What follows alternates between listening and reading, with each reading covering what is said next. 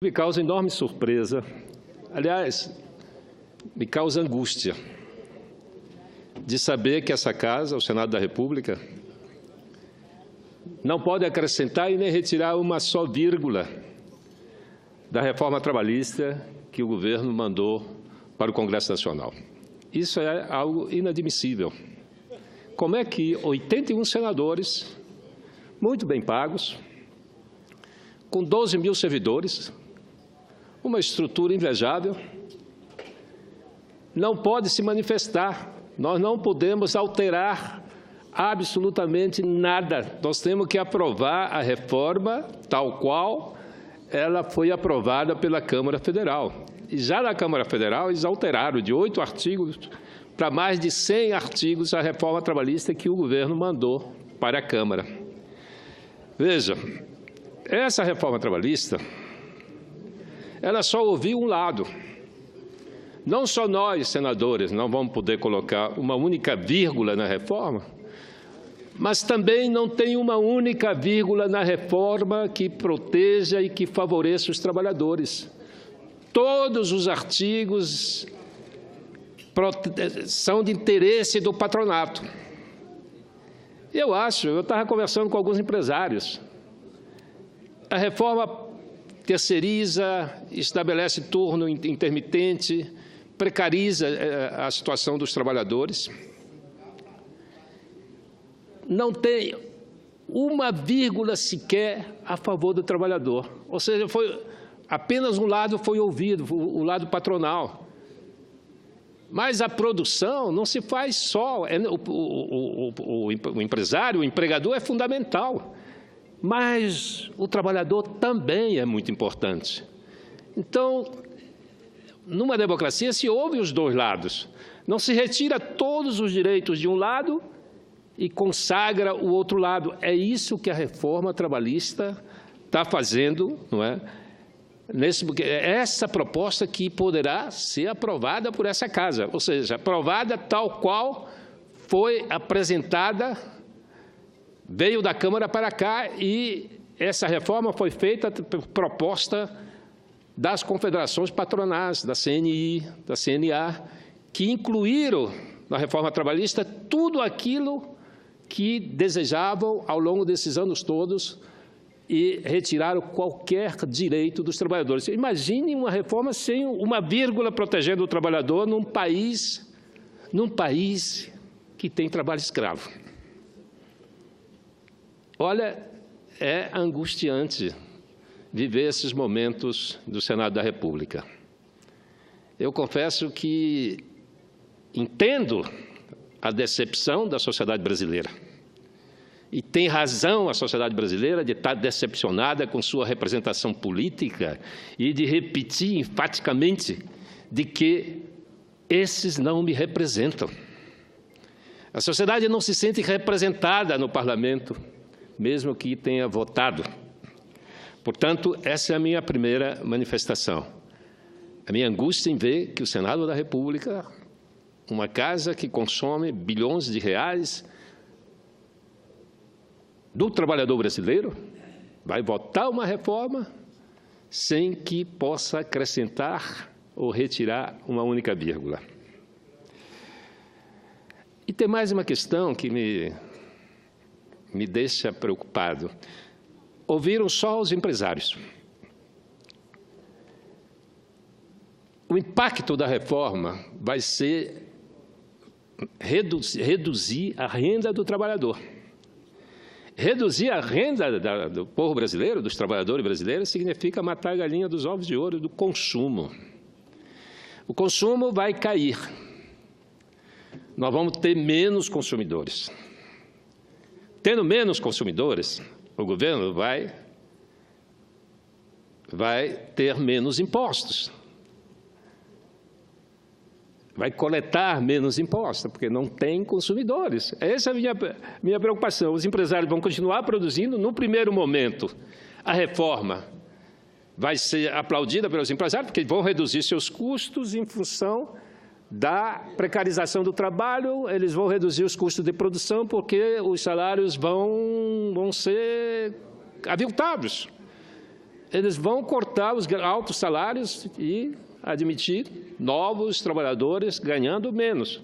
Ou seja, eles vão ter ganho, eles vão ter redução dos seus custos de produção. Isso a curto prazo.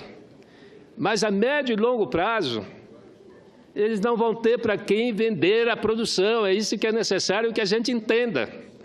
Porque uma coisa são os serviços, outra coisa é a produção. Não vai ter consumidor.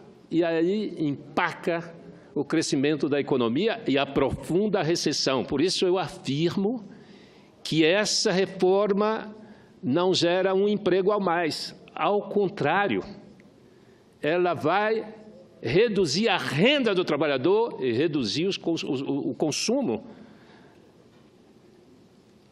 Eu tenho certeza. Eu estava conversando com uma pessoa e digo, olha, daqui a um ano, o ano passado, eu falava dessa tribuna que nós íamos dar um tiro do pé na condução política, na condução da crise, na hora que, na condução do impeachment. Eu dizia que aquele não era o caminho. E eu repito que esse não é o caminho. É necessário melhorar a produtividade do trabalho. Sim, é necessário, mas a produtividade do trabalho não se melhora retirando a renda do trabalhador. Ao contrário, se melhora qualificando, treinando, capacitando, investindo no trabalhador e investindo em tecnologia. Pelo menos é o que me parece ser o correto para melhorar a produtividade. Não pode descarregar nas costas do trabalhador, no salário, reduzindo o salário para melhorar a produtividade. Isso só faz piorar a economia. Eu confesso que estou muito preocupado com os rumos que o país está tomando. A recessão vai se aprofundar. Nós já temos 14 milhões de desempregados. Milhares de empresas falindo, não é porque os salários é que estão falindo a empresa, é porque não tem crédito. Não tem crédito. Os bancos, entre emprestar com risco para a indústria, para o empreendedor, e colocar nas mãos do Banco Central, ganhando ali juros sem qualquer risco, eles colocam todo o dinheiro no Banco Central e escasseiam os juros para os empreendimentos. Isso aconteceu em todo o mundo. A primeira coisa na crise que os bancos fazem é segurar o dinheiro, deixam de emprestar, empresta tudo para o governo. Olha,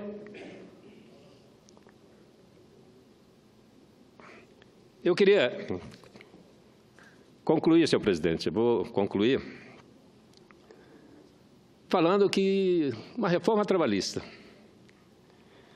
apresentada pelo governo sem qualquer credibilidade, um governo que já tem 3 dos seus ministros presos.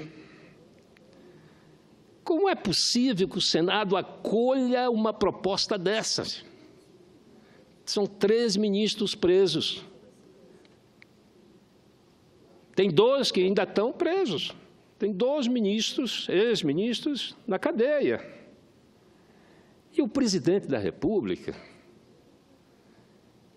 ele está respondendo por crime comum, um fato inédito na República. E nós estamos dando credibilidade numa proposta desse governo, estamos assinando embaixo dessa proposta, sem poder colocar uma só vírgula. Não, não conte comigo para isso. Jamais eu colocaria a minha assinatura debaixo de um ato tão irresponsável com a sociedade brasileira. Portanto, essa reforma, nós vamos lutar até os últimos minutos. Ou que a gente possa modificá-la. Tem um substituto do senador Paim.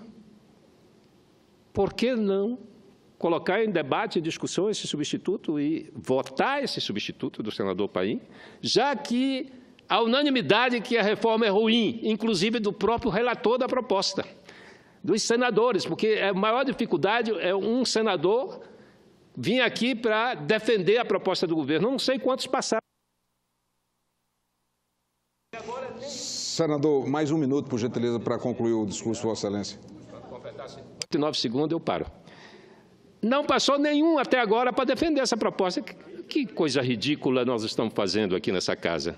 Que absurdo. Portanto, essa proposta não merece crédito, porque parte de um governo desacreditado e também nos desacredita. A verdade é que Executivo e Legislativo estão desacreditados diante dos olhos da sociedade. E isso vai criar cada vez mais essa desqualificação da política aos olhos da sociedade. A sociedade cada vez mais vai nos olhar com descrença e desesperança. Era isso, senhor presidente.